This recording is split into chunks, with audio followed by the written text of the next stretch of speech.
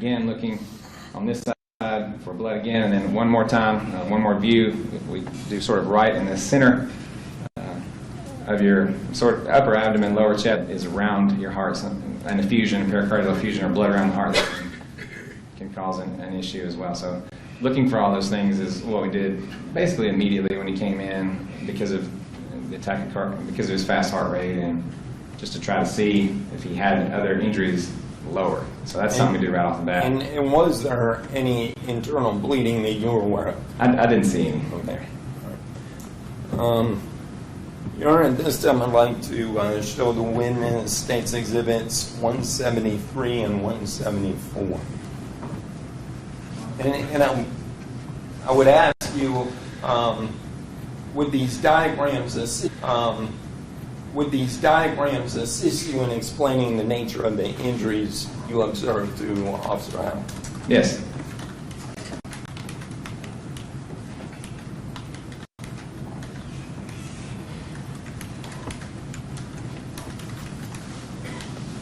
Thank you. Now, as illustrations, they're not necessarily drawn to scale, but would this assist you in describing the nature of the injuries you observed to Officer Howard back on March 22nd, 2011? Yes. And Your Honor, the State moves to tender State's Exhibits 173 and 174 for demonstrative purposes only. Any objection? No, sir, y'all. Yeah, I see the exhibits. Your Honor, may I use the overlay projector?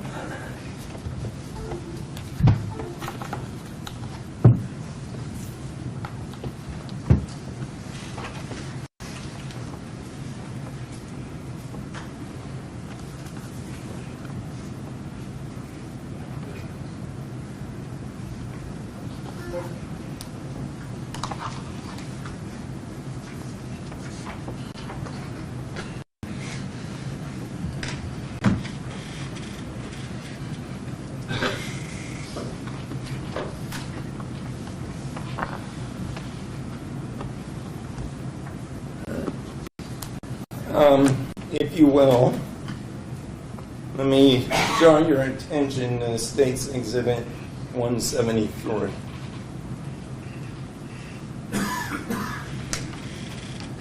And with regard to the facial gunshot wound, can you sort of describe to the jury the injuries you noted? Yes. You just use this here? Yes, sir. Got this laser pointer here too. I Yes, guess I sir. could use that too. Sure. Well, you see the diagram they have drawn, and it appears that someone at some point has, I guess, forensically figured out that it looks like it's went this way, and that's what it appeared to go when I saw him as well. But he had a hole here in the left side of his face, and another hole sort of down here on the right side of his face. And I'm sorry. Did you notice, I guess, are you feeling his face to see if there's any fractures or anything of that nature? Definitely feeling his face, feeling his jaw, trying to figure out, just looking at him, how he's talking, watching how he's breathing. All those things are just part of the evaluation for somebody with a massive face injury, just to see how he's doing in general, and whether we may need to do something like intubating, which is put him on a respirator, if that makes sense. All right.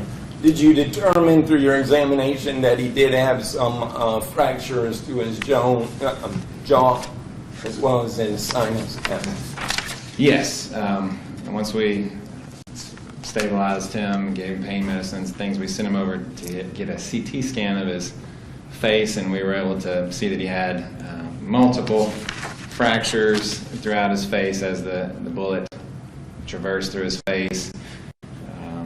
It struck his left maxilla here, kind of right underneath. This is something called a zygomatic arch here. It struck his maxilla, fractured there. You have sinuses here in your face, your maxillary sinuses.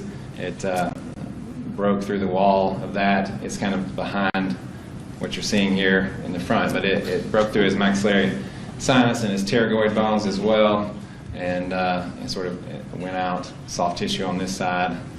So basically breaking the upper jaw and the sinus in his face, and it caused a tremendous amount of swelling and bleeding. It caused a deviated nasal septum, where he basically couldn't breathe out of his nose at all. There was so much inflammation that he wasn't able to get any air through his nose, and there was still some mild ongoing bleeding that we were trying to get stopped there too.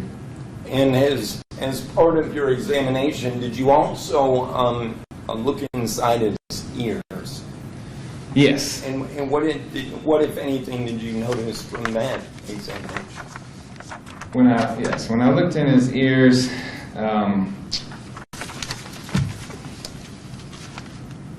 basically said that there was, on my exam, there was blood obscuring the views of the right and the left external canals. So in the emergency room, I wasn't able to see his ears because there was so much blood that I wrote on my exam. So I, couldn't see anything else besides blood.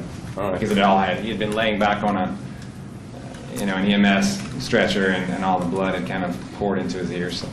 All right.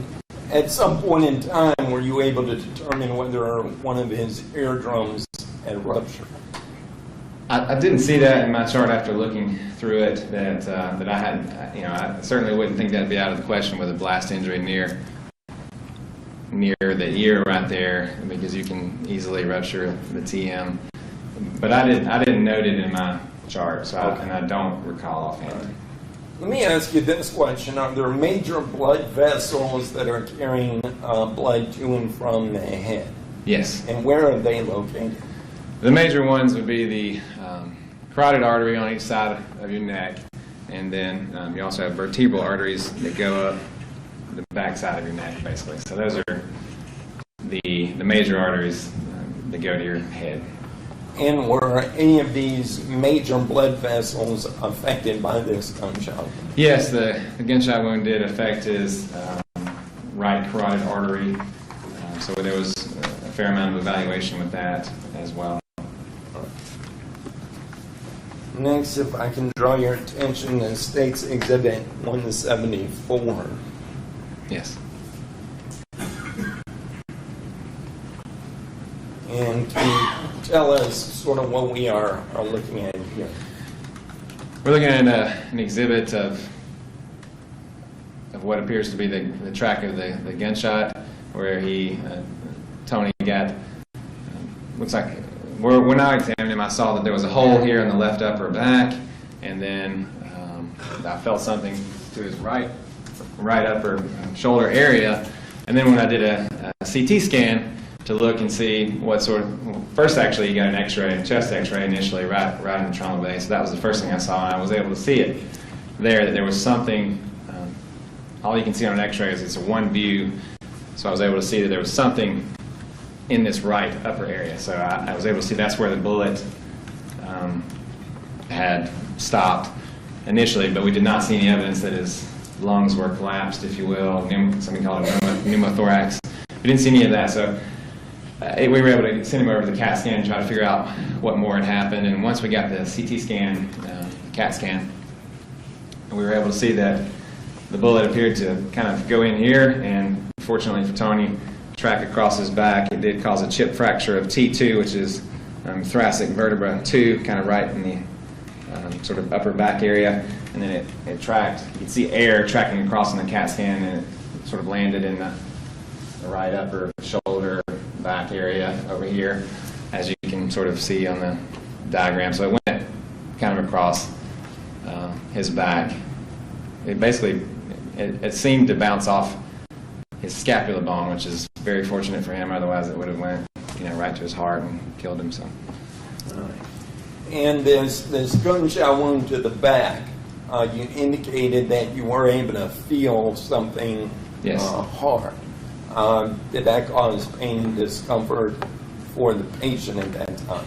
Yes, I was able to feel it, and it hurt him, so I somewhat deduced that it's probably the bullet sitting there. And when an individual is shot and you determine a bullet is inside the body, is it always removed? No. And why is that? Typically, in most cases, actually left in because in a lot of cases, it would just cause a lot more damage to try to go in there and pull it out, as opposed to just letting it stay where it's at, unless it's close to something like a nerve, pinching on a nerve potentially, or a blood vessel, or something along those lines. Otherwise, you generally just leave the bullets in place. Or if it's very superficial, like this one, and And at some point, was there a decision that the patient, Officer Howard, would actually be a candidate for surgery? Yes. On March 22nd.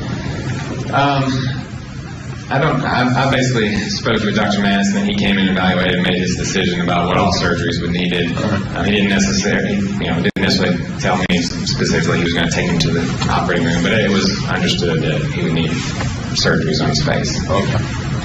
And do you personally have knowledge of how many surgeries he received while he stayed at the hospital? I don't personally have knowledge. I didn't look through all the entire medical records in the hospital now. Okay. Now, as part of your function in the emergency room as an emergency room physician, are you giving updates to the family of the patient? Yes. And describe about that process. Well, somebody comes in and after evaluating the patient, stabilizing them the best I can, then if there's family available, we have social workers that work in our emergency department and nurses as well that talk to the families. And generally when someone's very sick like this, sometimes we'll have them right in the room, which is fine as well. But I think in this case, I noted that I spoke with the family, and the nurses noted that I spoke with the wife. I didn't specifically say what I said to her. I remember it somewhat, but it's been some years now. So, but certainly I just basically go give an update on what's going on with her husband and tell her the various injuries, tell her everything I know. And that's kind of what I do as a standard, is just tell people what's going on with the patient. And at some point in time, what was the condition listed prior to surgery? What was his condition? I had it listed as guarded. And can you explain to the jury what that means? Guarded basically means that it's unclear what's going to happen. I don't know if he's going to be okay, or if he could even possibly die or have a worse problems. So it's unclear in the emergency department, kind of how things are going to go, and that's what guarded means. Thank you. Just one moment. Nothing further. Judge, my cross-examination.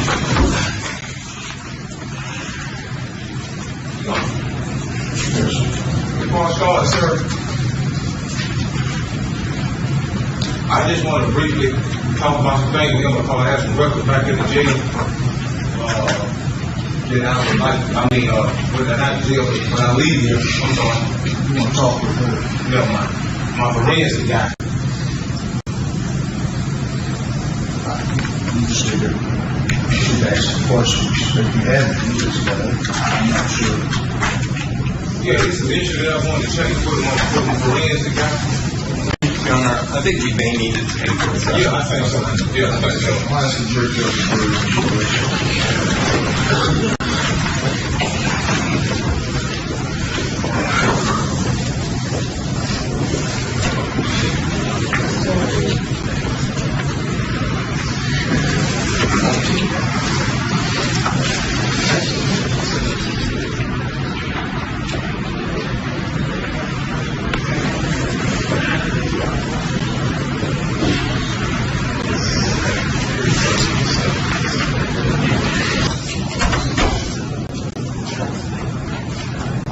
Yes.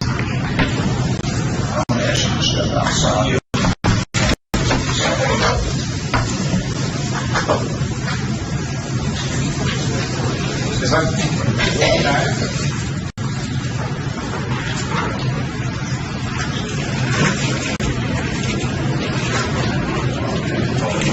If I need to see you by showing the TV and the prosecutor, the jury right in here. was asking, I show you what I have here. Well, tell me what you need to show me first before you show it. I think just an X-ray or something I got here.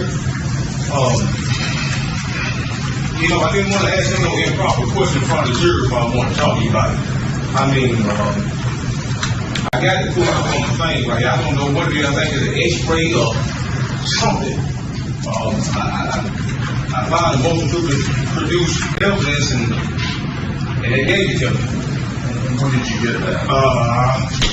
Maybe March, from between March 11th, March 22nd. I think it was before we went to court on, May, was it May 11th, May 22nd, May 27th. And I just want you to, see it, because I want to ask some questions pertaining to this, and I want to talk to my forensic guy about some things, because I didn't anticipate this guy showing up today, but, I do have some here. And I got it up, and I just asked that you look at it. What I would prefer is there something are you going to want to show that to the witness? Exactly. And the jury. Okay. Let Mr. Malden see it first. I don't know how, is it just on your computer? Yeah, I got it this, you get this. Okay. Give me a minute.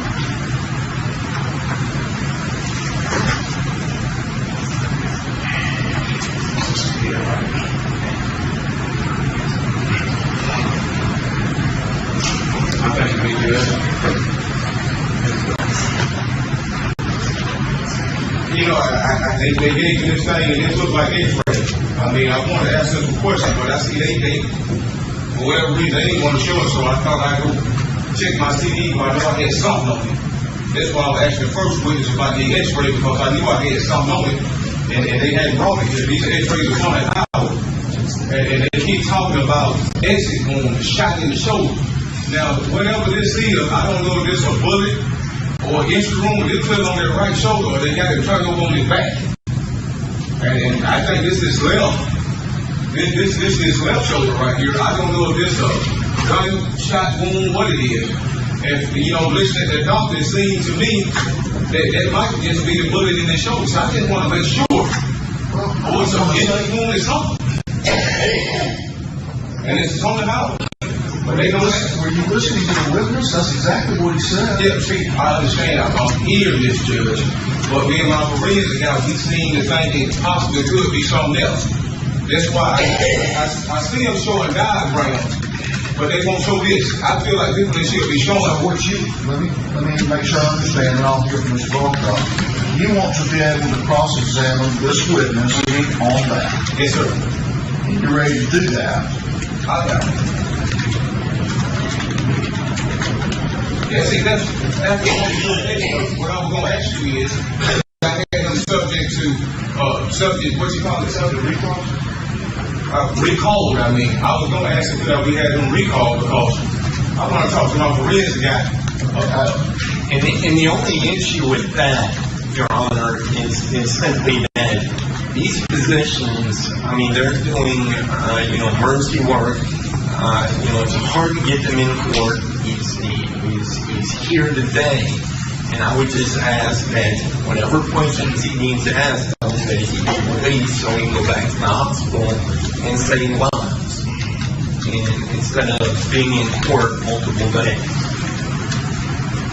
But Judge, I guess we can do that all along with. They got more than one doctor at the hospital. He's up to subpoena as any other person in Georgia. A subpoena, whether you're a judge, doctor, lawyer, whoever you I'm are. not arguing about that. I'm not willing to delay the process for you to I have no idea when or how you would get in touch with somebody. Who would this be? Chris Ross. He's not He's not a medical doctor.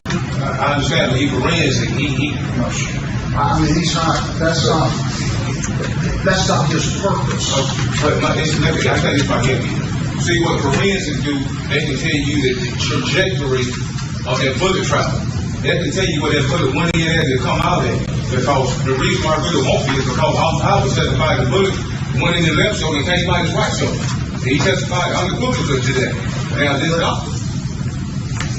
I appreciate you trying to help me about what forensic is. So I'm going to allow you to cross-examine this this X-ray, I'll allow you to use that. Is there any objection? I have no objection, and I don't know if this will help in any way. We've got a surgeon coming in tomorrow morning, and we're going to tender the X-ray because he's the one that removed the bullet. So nobody is trying to hide anything here. It's just that, you know, this witness is not the person that removed the bullet, and he's not the one relying on this X-ray like the surgeon is. So, I mean, I'll just leave it at that. That may make a difference. That will give you a chance to talk with with Mr. Robinson. I have no idea that he's qualified to testify. What my thing is I'm not a doctor, not trying to be one of those crazy guys. My thing is integrity, is credibility. You know, it kind of irritates these people gonna come in and make these statements about truth about things, and they won't show no real X-ray. They bring in a little piece of paper and they gonna base their testimony off of a little skeleton. I feel like it should have been based on something like this here. Well, it's their witness. So I can't. Okay, I understand.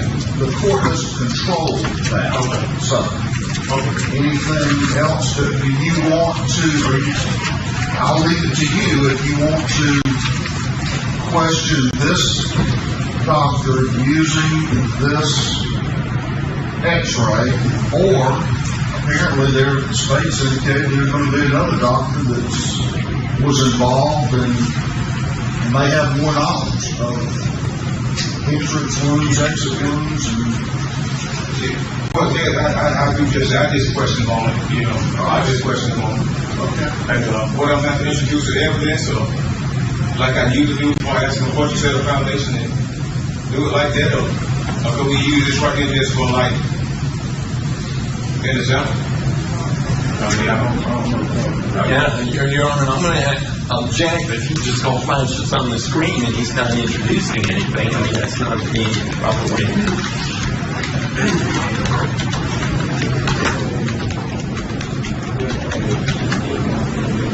Jay, what I like to do is just use this as demonstrated evidence, and they don't have to go into evidence. Just use it to demonstrate evidence. And that way I don't have to introduce the Well, evidence. the problem with that is it's got Mr. Howard's name on it. Okay, well, I'll introduce the evidence then. Ain't no problem. Well, you'll have to lay the foundation in order to do that. We'll see, we'll get it go. I can't. We're going to object if he doesn't lay the foundation. I don't know what foundation he's going to do, but in order to do that, he's going to somehow show it to the doctor. And I'm not certain he's going to be able to show it and display it to the jury. I think they're talking about that right now. What happened? And you talk with standby counsel about how to lay a foundation. We just talked about it just then, as you say. I don't know how we can lay a foundation to do that. Play it to the doctor the way that he can lay a foundation somehow. Really, Let me ask you. lay in front of the jury in doing that. We go back and that'd be the proper way. Saying that any objection to using it for demonstrative purposes if the reference to the alleged victim is blocked off of here is redacted with just a, I don't know, a sticky note or something. Well, I think, yes, he's got it digital. He's got it on, I don't know whether the sticky note can do that. It's not a, Okay, I see. he's flipping it up on his computer, it's a problem. And he's putting it up there as if it was on some sort of disk that was provided. We're prepared to present this and certainly intend to present this tomorrow to Dr. Webb. When he came in, certainly in doing that. So, I tell you what we can do, Judge.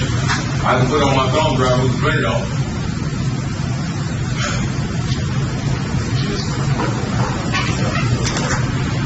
I can print that off, Judge.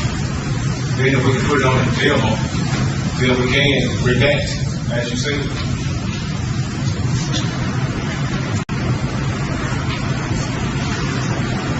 Well,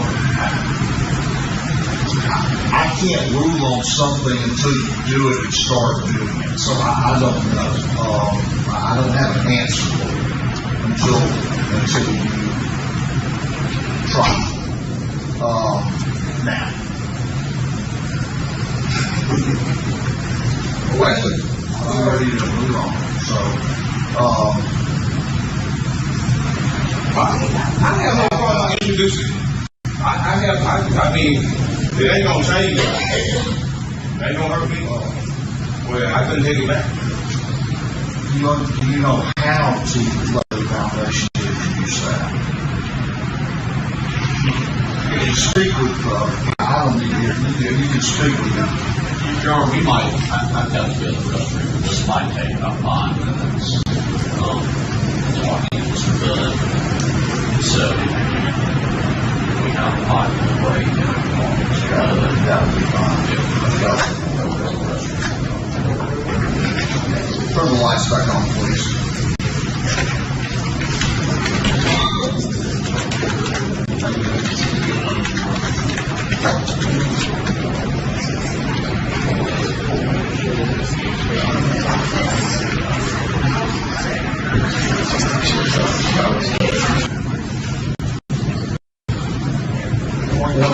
Oh, well, hold it for just a minute. Ask her to come in, please.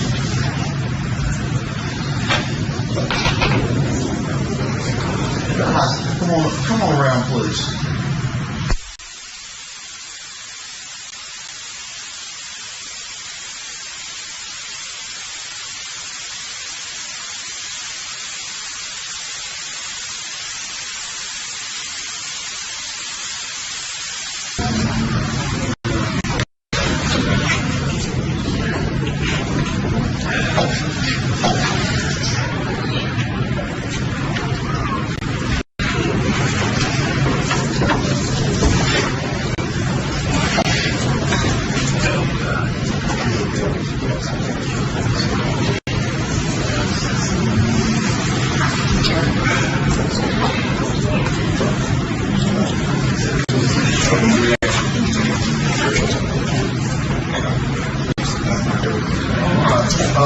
Ask the doctor to come back in.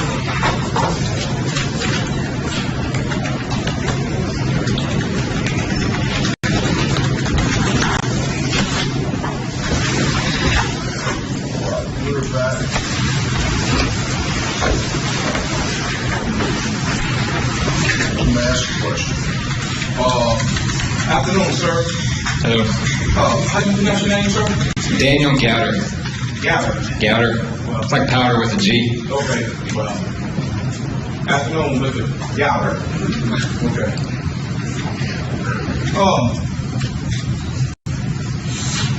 You stated that you work in the emergency room. You was the emergency room doctor for Officer County House on March 22nd, 2011. Is that correct, sir? Yes. Okay. Did you have the opportunity to observe him when he came in? Yes. Okay. As part of your observation and treatment, did you order X-rays? Yes. Why would you order X-rays? Because he had injuries. I wanted to see what further internal injuries he had. Okay. Did you write those X-rays and show it to the jury? We have reports from the medical records. And the diagrams are very similar to what the actual injuries were, so Was this diagram the actual X-ray, sir? no. Why didn't you bring it to the jury to see the original X-ray? I'm here to answer the questions that are asked me, but I didn't bring them, so You're a doctor, sir. yes. Is the X-rays part of the patient record, sir? Yes. Did you know you were going to be justified in it? Yes, I have all the extra reports right here. But you don't have the X-ray. Not the actual pictures, but I have all the reports. When you think the original actual picture will help the jury have a better understanding of what they doing here? Well, we brought the diagrams, and I think that was pretty good as far as, what happened and my explanation of what happened. I think it's pretty good. So I don't know that the X-rays really added anything. But the diagram is not the actual, the real thing. Is the diagram the real thing about them out? No, it's not the real thing. How long you been a doctor, sir? Graduated in 2004, so 11 years. 11 years. So you're a veteran. You might say. But you testified that you was an expert. And you was qualified as expert court. Qualified you the expert. I believe that's true. Okay. So, why did you guys expert bring the original evidence on the crime scene? Objection as any. Okay. What the difference between them x-rays and the diagram you brought? Well, the diagram is the explanation of what happened. You know, it's not exactly an x-ray, but it's what happened basically. Okay. Along with my testimony here and my records, which you have and the jury has access to and everyone has access to, that has all the reports from the radiologist, which is, But do you have access to the actual x-rays? I have access to them, yes. You could have brought them there if you choose to, is that correct? It's the same question you already asked, but what are you trying to get at? I don't have the actual x-rays, but I have that I read them, I have the diagrams and that sort of thing. Did you take any pictures of officer? No. Have you ever took pictures of any of your patients that come in? Have I took pictures of them? Yes, sir. They wounds, anything? We have a hospital camera. I don't do that though. Okay, but y'all do have a hospital camera, right? We do have one Why do they have a hospital camera? to take pictures of things. This is a police officer that been shot. That's right. You stated in the face and then shoulder. Do you consider that real significant or real serious? Well, I'm not a police officer, so I was there to save his life, not to take pictures of him. Okay. So But somebody was there in the hospital that could have it. I don't know how to speculate on that. So You just I mean, I'm guessing that there's pictures from police officers and whatnot. There's X-rays. There's my exam. So But you did testify there is a hospital camera to take pictures of patients in that, right, sir? as far as I know, yes. Okay. So it is safe. I don't use the hospital camera. I'm not a photographer, nothing like that. So Did you know the person who might have used it in the past, sir? do I know the person that used them? I don't know the photographer, no. You don't? There's a camera, but I don't know that it means anything because I didn't use it in this case. So I don't see how it's relevant, really.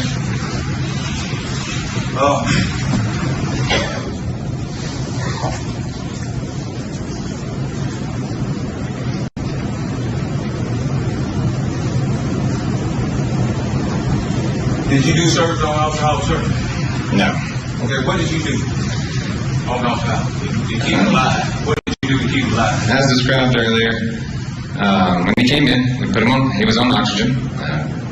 Kept him on oxygen so that would help him breathe. That helped to keep him alive. We gave him pain medication. Made sure that, as I described earlier, his airway was open and that he didn't need to be put on a respirator emergently because when you're shot in the face or the neck, you can have a lot of swelling, and that can, cut your airway off. Also, examined him, looked at his chest, made sure that he didn't have a collapsed lung, or made sure that bullet didn't go into his chest, which was certainly a concern right off the bat, based on where the holes in his face and chest were. Now, doctor,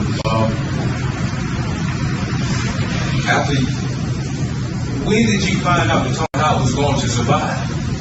What day was that? Was that the first day that you knew that he was going to survive the Hendry, sir?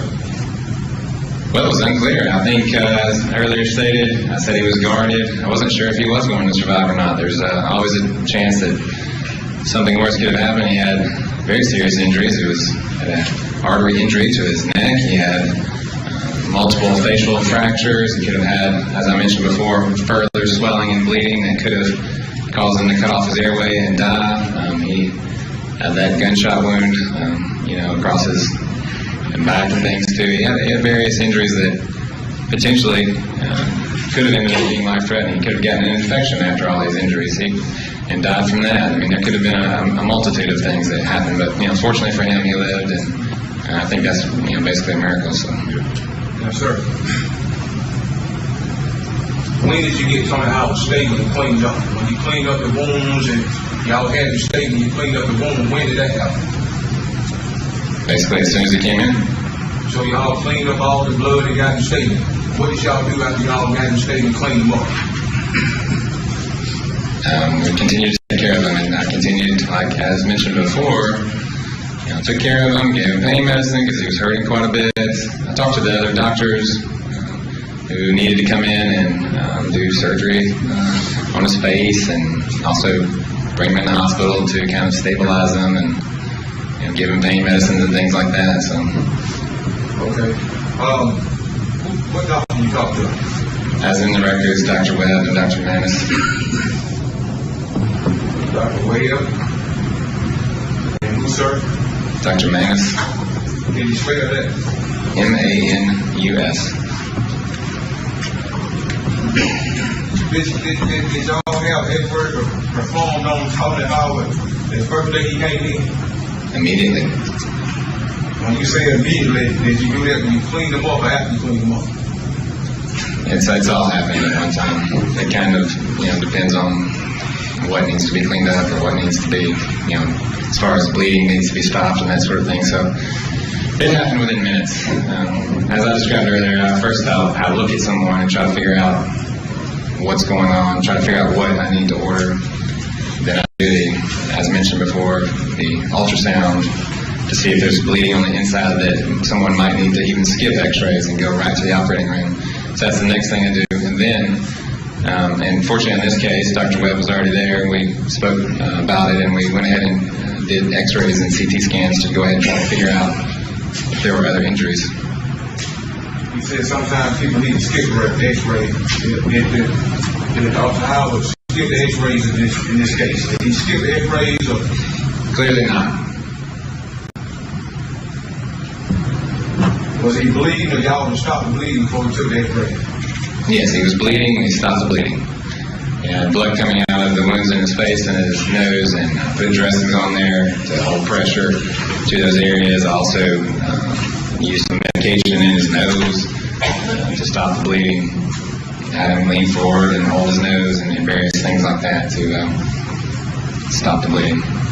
Okay, how many days did Mr. Howard stay in the hospital, sir? It's unclear to me. I was in the emergency department, I didn't review all the records from the hospital, so I don't know about that. You know? You stated that Tony Howard was shot in his left shoulder, correct? In that area. Yeah, in this area. Yes. Did it exit his body?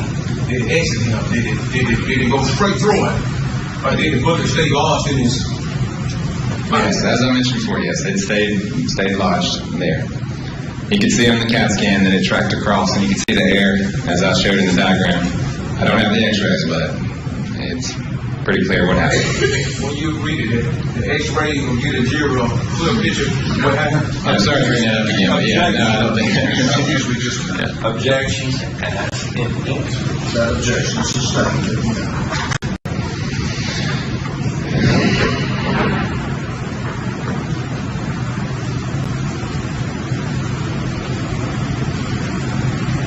So we have no way of showing the jury the real truth about what happened. No evidence other than this piece of paper you put up there. This drawing. Objection. Argument. Sustained.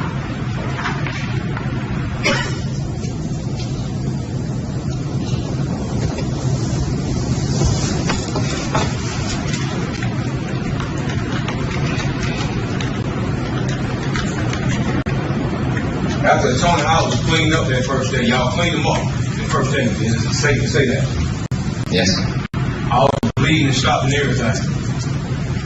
And all the bleeding stopped. Yeah, after you cleaned him up, did y'all stop the bleeding the first day?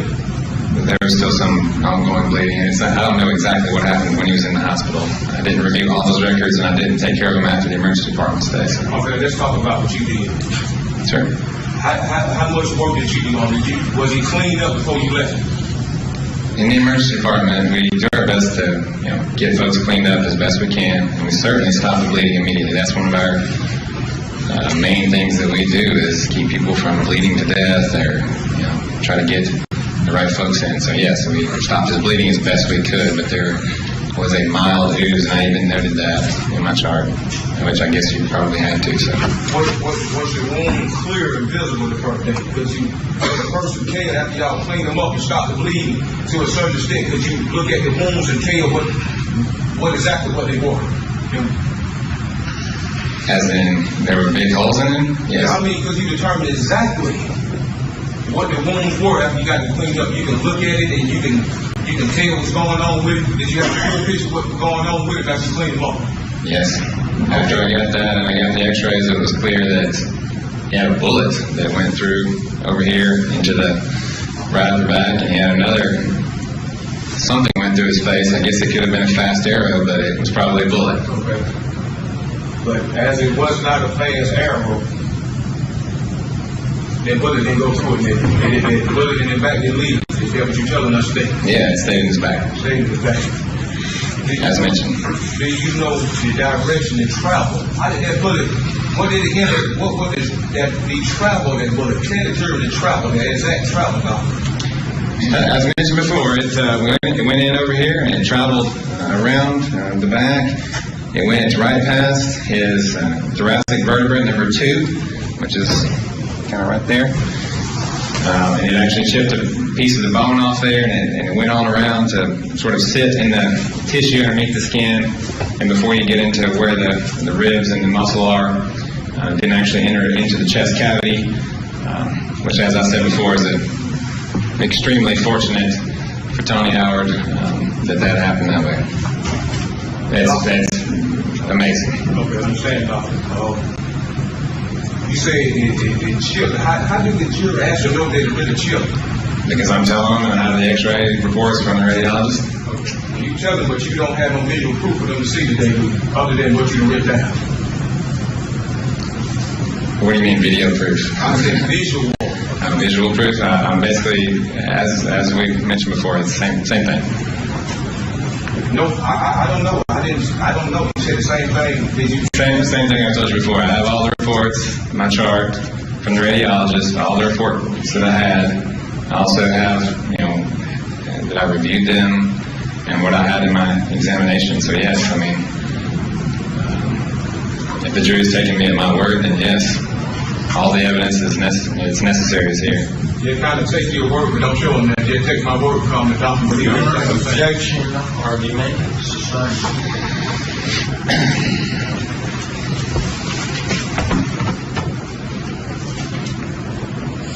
You talked to Officer Howard today, is that correct, sir? Oh yes, What y'all talking about?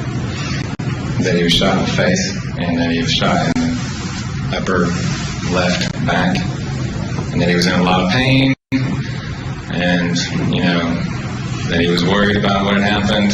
At the point when I saw him, he was scared he may die, and Did anybody come talk to Officer Howard? Any law enforcement officer, they come to the hospital and talk to Mr. Howard while you was at his, was you with? I don't recall. There were a lot of law enforcement officers. I'm not sure. I would imagine they did come in and, give him comforting words, but I don't know for sure. So you don't recall the officer coming in and giving him an interview and recording the interview with him? I wasn't, in there for that, no. So I don't recall that. And how many days did you work with the officer on the house? Just the first day. And after you got him cleaned up and stopped the bleeding a little bit, you don't recall nobody coming in with their camera at the hospital and taking pictures no more? I don't recall, no. No further thank you, sir. Can we be excused? Yes, sir. No objection. No objection. You're excused. All right.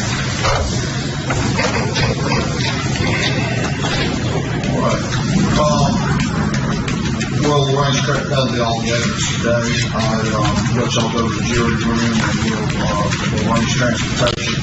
I'll let you do that. There's a couple of things I want to go with you about planning the rest of the week that won't require their presence. But I'll let you go back there and we'll get the bus on the way. Okay? Thank you.